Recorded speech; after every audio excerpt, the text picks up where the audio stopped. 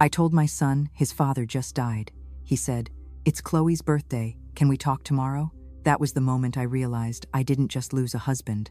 I lost a son, too. He never showed up to the funeral, but 3 weeks later, he got a letter from my lawyer. He opened it and froze. I did something he will never forget, and I never said a word. Arthur died right there at the kitchen table, halfway through a joke about how I'd bought the wrong kind of cream again. "If I drop dead from this powdered nonsense," he said, chuckling, tapping his spoon against the side of his mug, "you'll finally know real guilt." Then his hand twitched. The spoon slipped. His eyes widened like he'd forgotten how to breathe. I dropped the butter knife I was using and ran to him, screaming his name, but he was already gone. His body went limp before I could even call 911, before my knees hit the tile, before I could ask him if it was another one of his goddamn jokes. It wasn't. The operator's voice in my ear was calm while my world split open. I kept whispering his name while they guided me through chest compressions, but I already knew. I knew from the way his head slumped against his shoulder, from how cold his fingers felt when I tried to hold them. When the paramedics arrived, I stepped aside, numb, hearing words like massive, unrecoverable, DNR, and I just nodded. The house felt suddenly too loud and too quiet at the same time. I sat on the edge of the couch staring at the floor. And after they'd covered him, after they'd told me there was nothing more they could do, I picked up my phone. I called David, my only son. It rang 5 times. When he finally answered, I was shaking, but I managed to say, "David, it's Dad." He just collapsed. "He's dead." There was a pause, and then his voice, flat, distracted, said, "Oh, Mom, today's Chloe's birthday. Can I call you later?" I didn't even understand the words at first. I thought I'd hallucinated them, but then he added, "She's got this whole brunch planned and we've got people over." I said nothing. Not a scream, not a sob, just silence. My hand lowered the phone on instinct. I hung up on my own son before I could hear anything else that would break me even further. The room around me started to hum like my ears were filling with pressure. I looked over at Arthur's chair, the one he always sat in for breakfast, for late-night crossword puzzles, the one he was still slumped in, and I just sat beside him for what felt like an hour, holding his hand like it would bring him back. At some point, the coroner came. They asked if I wanted a moment. I didn't. What was the point? The moment I needed was gone. I went upstairs, locked the door, and lay down on our bed without changing the sheets. Arthur's phone was on the nightstand. I picked it up hoping there'd be something. And there was a missed call log from last night. 10:42 p.m. 1 missed call to David. No voicemail, no answer. He tried. Arthur tried to talk to him last night. Maybe he knew something was wrong. Maybe he felt it. And our son ignored it. I held the phone to my chest and felt the weight of everything we'd built. 42 years of marriage, a house full of memories, a man who worked every damn day to make sure his family never went without. And the silence from David rang louder than any eulogy ever could. The day of Arthur's funeral felt like stepping into a parallel universe where I could see everyone's lips moving, but hear nothing except the screaming silence of David's absence. I stood by the casket, gripping the edges of the podium, trying to keep my balance, while people I hadn't seen in years came up and whispered things like, "He was such a good man," and "We're so sorry." And all I could think about was how my son, my only child, was not there, not in the pews, not standing beside me, not even in the damn parking lot. When I called the night before to confirm the funeral time, Chloe answered and told me David was still thinking about it because they had already booked a weekend getaway, and cancellation fees are steep this close to the date. I remember staring at the phone blinking as she rambled about how Chloe's birthday was important too, and that she was trying to keep things light for the sake of her own mental health. I didn't even respond. I just hung up. I didn't want to beg for attendance at a funeral, especially not for Arthur's. Not when he was the one who stayed up all night with a colicky David, who spent weekends building Lego cities and teaching him how to balance a checkbook by age 12. And not when Arthur called David the night before he died and never got a call back. People noticed. Of course they did. The whispers started before the service even began. "Where's David? Did he miss his flight? Is Chloe okay?" like they were the ones we should be worried about. Even Arthur's college friend, Ed, leaned over and said, "I thought your boy would be front and center today." And I just nodded like it wasn't breaking me in half. But the moment that really shattered me came after the service, when one of Arthur's co-workers, Chris, approached me by the coffee urn in the fellowship hall and said, "I don't mean to pry, but Arthur mentioned something odd in passing last month about helping David out financially. Seemed stressed about it." That stopped me cold because Arthur never told me anything like that. We had no secrets. Or so I thought. I didn't ask Chris to elaborate. I just smiled, thanked him for coming, and excused myself to the restroom, where I sat on the toilet seat lid and stared at the floor until someone knocked, asking if everything was okay. Everything was not okay.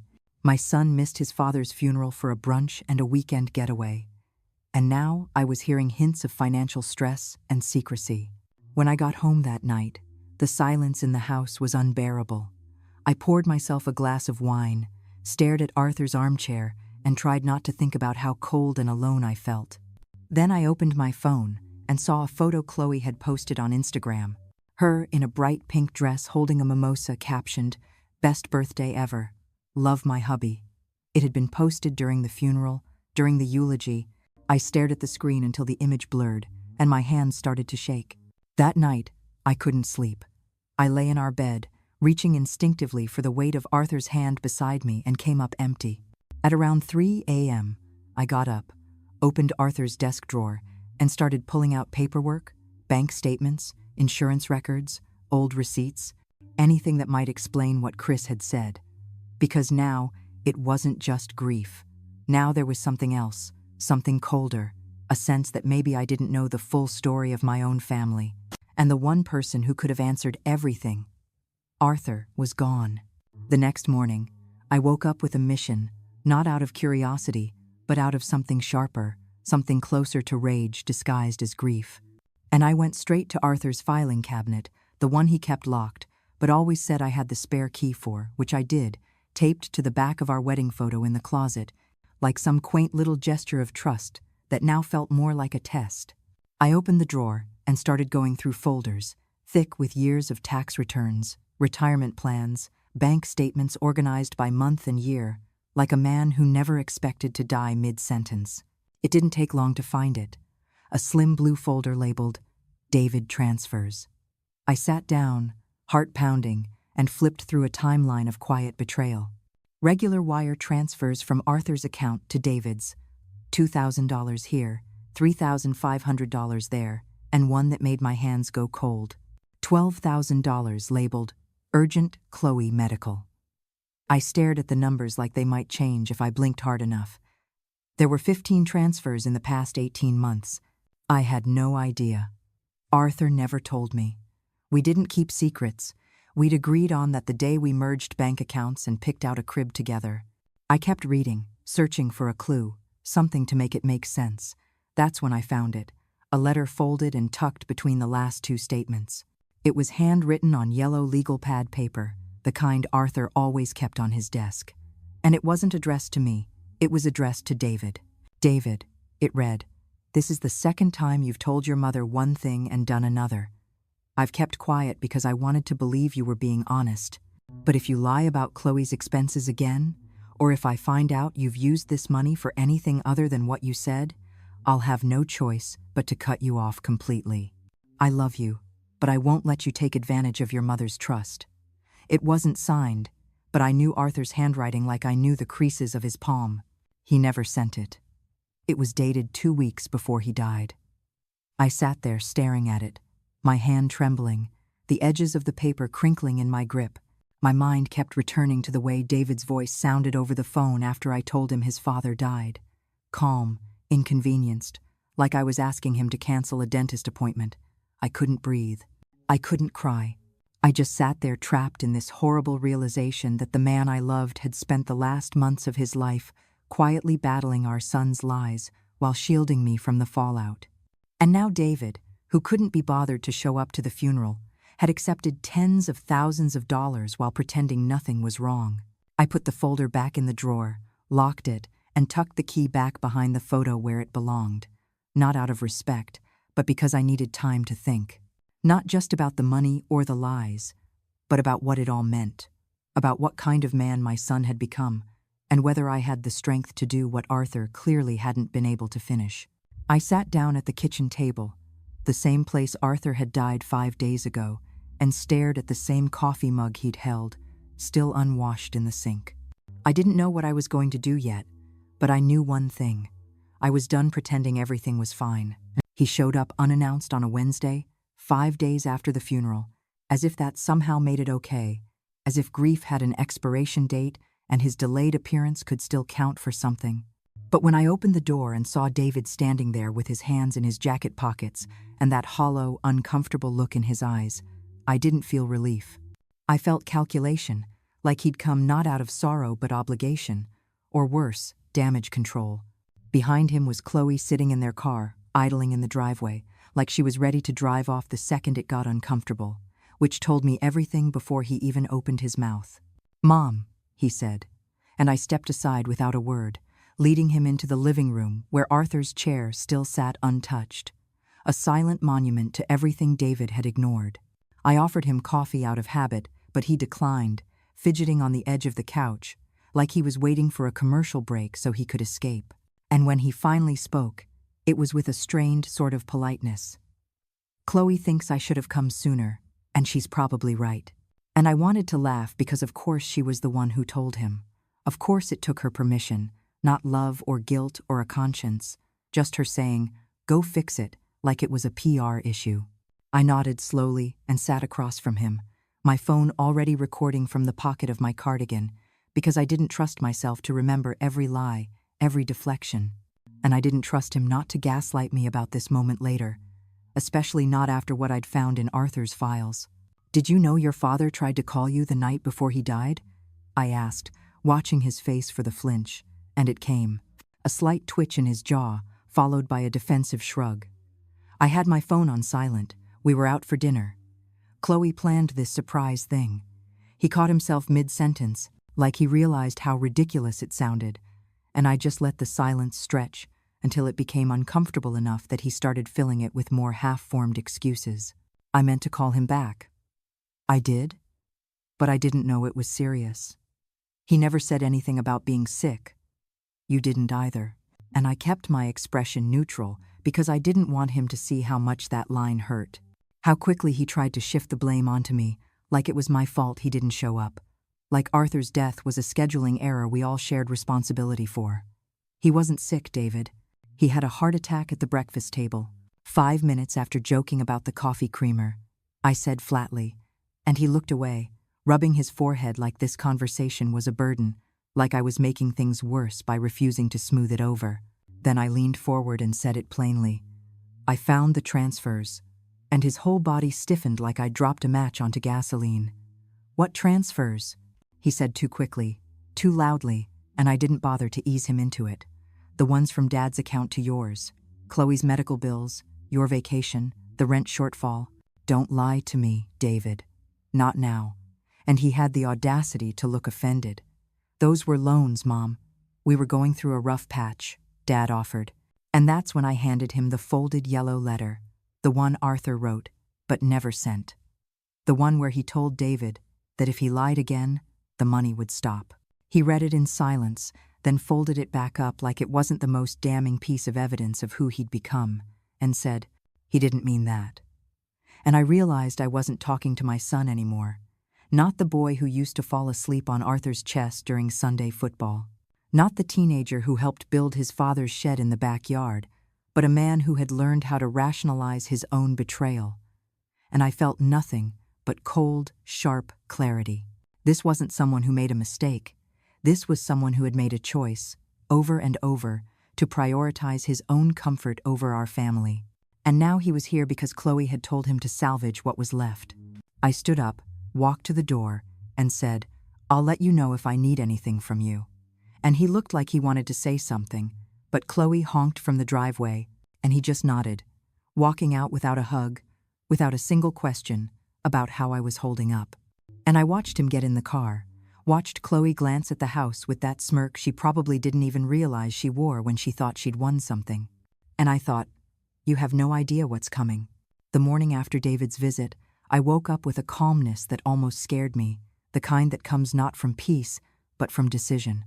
And I didn't even make coffee before calling Robert Grant, our longtime attorney, the man who handled Arthur's business filings for decades and sent us birthday cards without fail. When I told him I needed to revise my will immediately, he didn't ask questions, just scheduled me for the next day. And I gathered everything. Bank statements, the folder of David's transfers, Arthur's unsent letter, and the audio file of David's pathetic half-confession from the day before. Then added one final item, a handwritten letter to Ella, our granddaughter, to be opened on her 18th birthday. Because whatever else happened in this family, that little girl deserved to know the truth, not the version her mother would spin or the silence David would try to pass off as dignity. When I walked into Robert's office, he took one look at my face and said, "I assume this is about more than estate planning." And I nodded, handed him the documents, and said, "Everything goes into a trust, every account, every asset, the house, the annuity, Arthur's stocks, but not for David, not for Chloe, not a cent." And he didn't blink, just opened a legal pad and started writing. We structured it so that Ella would inherit everything, but not until she turned 25, with early access only for educational expenses and housing. No luxury cars, no guilt-driven teenage bribes. And I asked Robert to include a clause that if David or Chloe ever attempted to challenge the will, Ella would gain full control immediately, and they'd forfeit all rights, including visitation during the trust's active years, which I knew sounded harsh. But when a parent chooses brunch over a funeral, and a spouse chooses manipulation over mourning, you stop worrying about diplomacy and start protecting the only piece of your husband still left on earth. Robert reviewed everything twice, added a section for the letter I'd written, sealed in a manila envelope labeled, "For Ella on her 18th birthday," and included a transcript of David's visit confirming the deception, the financial abuse, and the emotional abandonment. And then he looked at me and said, "This is solid, Eleanor. No loopholes, no weak points, but it's going to hit him hard." And I said, "That's the point, Robert. It's supposed to." The final draft was notarized and filed within an hour, and I walked out feeling not like I'd won, but like I'd reclaimed something, a boundary, a line in the sand Arthur had never quite been able to draw. And it wasn't revenge. It was reality. If my son wanted to treat his parents like ATM machines with no expiration date, then he'd find out just how long that machine had been watching, documenting, waiting for the exact moment to cut the cord. That night, I sat at the kitchen table with a glass of wine and reread the letter I wrote to Ella, 6 pages of truth, not bitterness, explaining who her grandfather really was, what he'd done for her father, and how that kindness had been turned into leverage and lies. I told her the money she would one day receive wasn't a gift. It was a responsibility, a reminder to choose love over convenience, loyalty over appearances, and courage over compliance, because she was the only one left in our family who still had a chance to do it right. When I sealed that envelope, I felt like I'd closed a chapter, not of grief, but of silence. The kind that creeps in when people you love betray you slowly enough that you forget it's betrayal at all, until one day you're standing at a funeral with no one beside you. And now, finally, I had made sure that silence would not be passed down. The letter landed in David's mailbox 4 days after I left Robert's office, sent by certified mail with a delivery confirmation slip that hit my inbox at 11:13 a.m. And I imagined him standing in his kitchen, flipping through envelopes like it was any other Wednesday, until he saw the law firm's logo stamped in the corner. And I knew the moment he opened it, because he didn't call, didn't text, didn't email, not that day, not the next. But Chloe did, and not with words, just with a string of rapid-fire texts that ranged from passive-aggressive, "Wow, classy Eleanor," to openly hostile, "You're unbelievable. Do you even care about Ella?" And I didn't reply because that silence was the most honest thing I could give them. When I finally picked up the phone on the 3rd day, it was David calling from a blocked number. His voice low, uncertain, almost soft, like he thought maybe if he used the tone he used when he was 6 and scared to admit he'd broken something, I'd melt into the mom he remembered from, before this all turned to ash. He started with, "Mom, I just got the letter." Like I didn't already know, like the last 72 hours hadn't been thick with the weight of his reaction, and I said nothing. Just let the silence speak. And when he finally said, "Is this real?" I answered, "You tell me," because there was nothing left to explain. And the pause that followed felt like the longest 10 seconds of my life before he finally said, "I didn't know Dad felt that way." And I snapped, not screamed, not raged, just snapped into ice. "You didn't know because you never asked, David. You were too busy pretending we were optional." And that was when Chloe picked up on the other line, her voice sharp, demanding, "You can't actually disinherit your own son. That's insane." And I almost laughed, not because it was funny, but because of how predictable she was, how quickly the mask dropped when the money dried up. And I said, "I didn't disinherit him. I protected Ella." And Chloe scoffed. "From us?" Like she couldn't even conceive of herself as a threat. And I answered, "From this moment, this conversation, this entitlement." And before she could spit out whatever venom she had next, I hung up because that was the boundary. Now you don't get to choose neglect and then demand access. You don't get to opt out of grief and then claim inheritance. You don't get to erase the funeral and then rewrite the will. I sat at the kitchen table afterward, same spot where Arthur's heart gave out, staring at the quiet that followed, and for the first time since the service, I felt something close to stillness. Not happiness, not closure, but control. Like I had finally done the thing Arthur couldn't bring himself to do before it was too late. Later that night, I got one more text from David. It just said, "I don't know how we come back from this." And I didn't reply because the answer wasn't mine to give anymore. It was Ella's, teen. And one day when she was old enough to understand everything, she would decide who earned a place in her future. And that was the legacy I was leaving behind. They showed up on a Sunday afternoon without warning. Chloe stepping out of the car in heels too high for a driveway confrontation, and David trailing behind her like he wasn't sure whether he was there to support her or contain her. And the second I opened the front door, she started in, not with a greeting, not with a question, but with an accusation. "You're manipulating this family through legal threats," her voice sharp and practiced like she'd rehearsed it in the mirror. And I stood in the doorway without moving, not inviting them in, not budging an inch, just letting the weight of her words hit the silence between us. And then she added, "You're punishing us for setting boundaries." And that was when I saw it, the smug tilt of her head, the belief that somehow she still held the moral high ground. Even after skipping Arthur's funeral, even after siphoning money through David, even after trying to play victim in a story she wrote with her own hands. I said nothing, just stepped aside enough for them to come in, mostly because I knew Ella was upstairs in the hallway, half listening, like all kids do, and something in me needed her to witness this, not to hurt her, but to protect her, to give her truth as armor.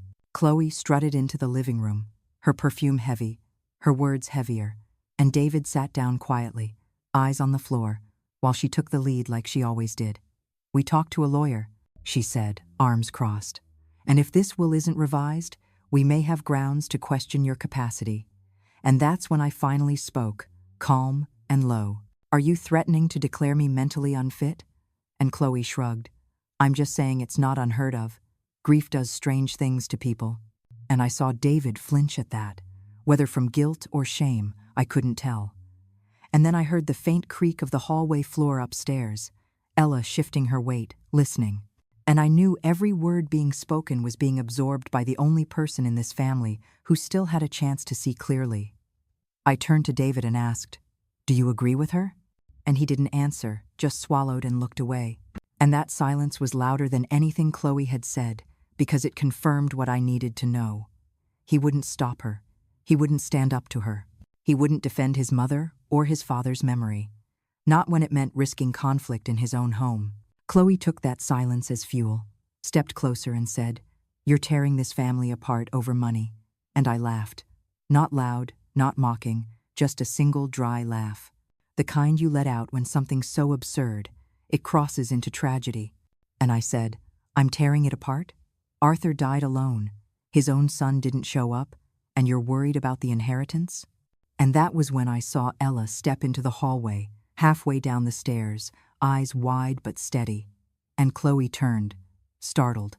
But Ella didn't say a word, just looked at her father, then me, then walked slowly back upstairs, and the weight of that silent moment hung in the room like a storm cloud waiting to break. Chloe noticed it too, her expression faltering for the first time, and she said, "She doesn't understand." And I replied, "She understands more than you think." And then I opened the front door, held it wide, and said, "We're done here." And David stood without protest, walked out ahead of Chloe, and she hesitated for 1 second like she might say something else, but instead she followed, heels clacking against the tile, and I shut the door behind them before her last step hit the porch. It was 3 weeks after that confrontation when I found it. A small black flash drive inside an envelope tucked into my mailbox. No note, no label, just my name written in Ella's careful 12-year-old handwriting. And my heart dropped because I knew instantly it wasn't something playful or innocent. This wasn't a drawing or a digital birthday card. This was something serious, something secret. And when I plugged it into my laptop, I sat in silence as folders opened themselves to me like tiny windows into a world I hadn't been allowed to see. Each one named by date, each filled with files that made my stomach twist. Recordings of phone calls, screenshots of text messages, even a few videos filmed from behind her bedroom door, shaky, but clear enough to catch every word Chloe and David had thought were safely tucked behind closed conversations. In one recording, Chloe was yelling, her voice sharp and fast. "She's manipulating everyone with that will. And if Ella sides with her, I swear to God, David, we'll pull her out of that school and homeschool her until she gets her head on straight." And in another, David's voice was quieter, but somehow worse. "Just let Mom run her game. It's not like we were counting on the money right now anyway. And if Ella plays nice, she can still help us later." And I sat there, frozen, listening to my own son talk about my estate like it was a strategy board, like I was some dying pawn instead of his living, breathing mother. But the worst part came in a video labeled "Kitchen Night," where Chloe, standing by the sink, whispered into her phone, "If we push just a little harder, she'll crack. We'll say she's confused. Maybe get the lawyer to question her state of mind, and then boom, the trust gets flagged." And I could hear Ella's breath catch just as the video cut off. And I don't know what broke me more, Chloe's audacity, or the fact that my granddaughter had been protecting me while I was trying to protect her. Buried at the bottom of the folders was a text document, just a few lines long, but it read like a gut punch. "Grandma, I didn't know who else to tell. I hear things when they think I'm asleep. I know they're lying. I believe you. I'm saving this in case you ever need help." I stared at those words for a long time, longer than anything I'd read since Arthur's letter. And I knew in that moment that the legacy I thought I was leaving wasn't just about money or trust clauses or revenge. It was about her, about Ella, standing alone in a house where truth was treated like poison, recording evidence to protect the only adult in her life who hadn't failed her yet. I backed up the drive twice, one copy for Robert, one locked in my safe, and I wrote a new letter to Ella, sealed and dated, to be opened if anything ever happened to me before she turned 18.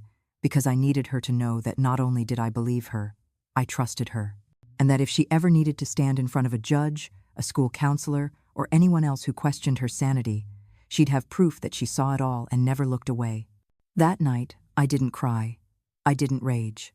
I just sat in Arthur's chair, holding that tiny flash drive in my palm like it was a grenade and a gift all at once. And I made a vow not just to protect Ella's inheritance, but to protect her voice, because in this family, she was the first one brave enough to use it. The mediation took place in a neutral office downtown, a beige room with polite furniture and bottled water on a glass table, the kind of place designed to feel non-threatening while everyone inside prepares to go to war. And when David and Chloe walked in, Chloe dressed like she was going to a courtroom drama audition, and David looking 10 years older than he had a month ago, I didn't greet them, didn't offer a smile, just sat with Robert at my side, the folder containing Ella's flash drive, the bank transfers, Arthur's unsent letter, and the transcript of David's recorded visit stacked neatly in front of me like a quiet threat wrapped in paper. The mediator introduced herself and began with a warm, neutral tone, asking why we were here. And Chloe immediately launched into her narrative, painting me as grief-stricken and vengeful, suggesting my decisions were driven by emotional instability and potential cognitive decline. And I watched her rehearse her victimhood like a script she'd memorized, while David sat beside her, silent, face drawn, eyes darting away every time I looked at him. And when it was my turn, I didn't raise my voice, didn't tremble. I just passed the folder across the table and said, "This is why." And I watched the mediator flip through page after page of documentation, dates, transactions, handwritten notes, the audio file list, and finally, Ella's flash drive with a simple printed label, evidence.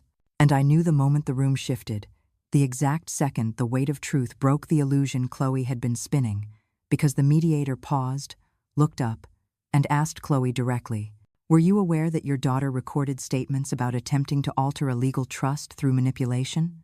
And Chloe's face drained of color as she sputtered, "She's 12, she doesn't understand context." But it was too late. The words were out, the recordings existed, and the facade crumbled fast.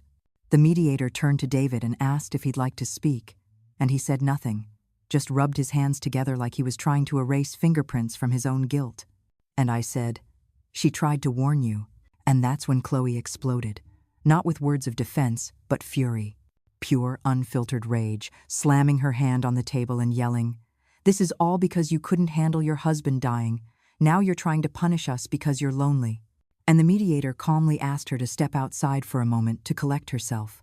And Chloe stormed out, heels echoing in the hallway, leaving David behind.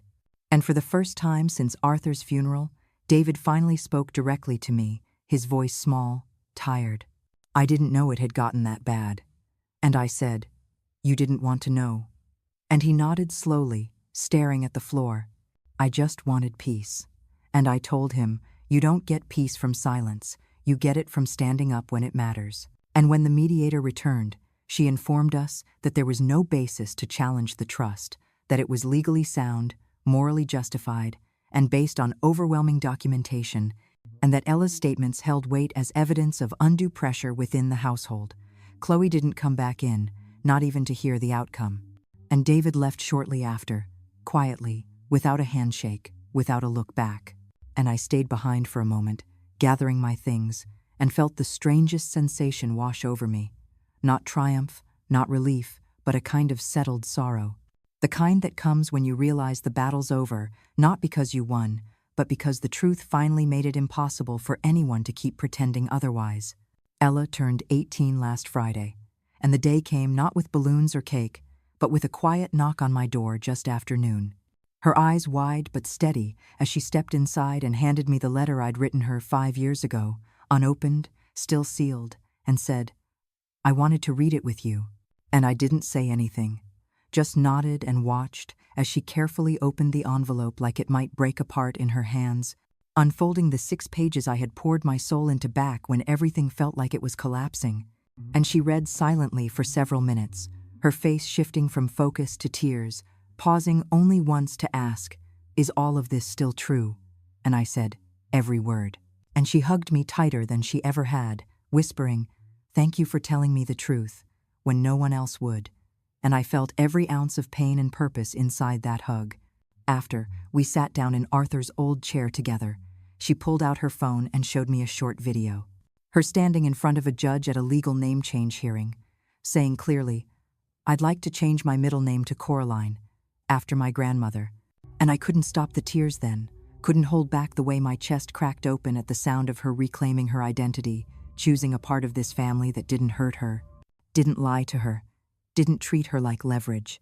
Later that afternoon, we went to her graduation ceremony, and as she crossed the stage and they called out her full new name, Ella Coraline Whitfield, she looked right at me and smiled. And I saw in her face not just pride, but clarity, the kind Arthur used to wear when he made hard decisions that no one else understood until it was too late. David was there, too, sitting alone in the back row, his eyes red, his suit wrinkled, clapping out of obligation more than joy, and he didn't approach me, didn't approach Ella either. Not because he wasn't allowed, but because I think he finally understood what it meant to be cut off in ways deeper than a bank account. After the ceremony, Ella ran to me first, hugged me again, and whispered, "She chose me to live with next semester." Her roommate backed out, and I laughed through tears, knowing I'd get another year of her stories, her music in the background, her toothbrush in my bathroom, like a quiet victory against everything Chloe tried to script. We never mentioned Chloe that day, not once, because by then, she had faded into the background like a subplot that had lost its relevance, her silence more telling than any apology she never gave. And when I tucked Ella in that night in her old childhood room, I left the door cracked open just like I used to. And she said, "You gave me a life I didn't even know I needed." And I kissed her forehead and said, "You chose it, sweetheart." I just cleared the path. And as I walked down the hallway back to my own room, past Arthur's photo on the wall, I touched the frame and said softly, "She's going to be okay, love. We're going to be okay." And for the first time in years, I actually believed it.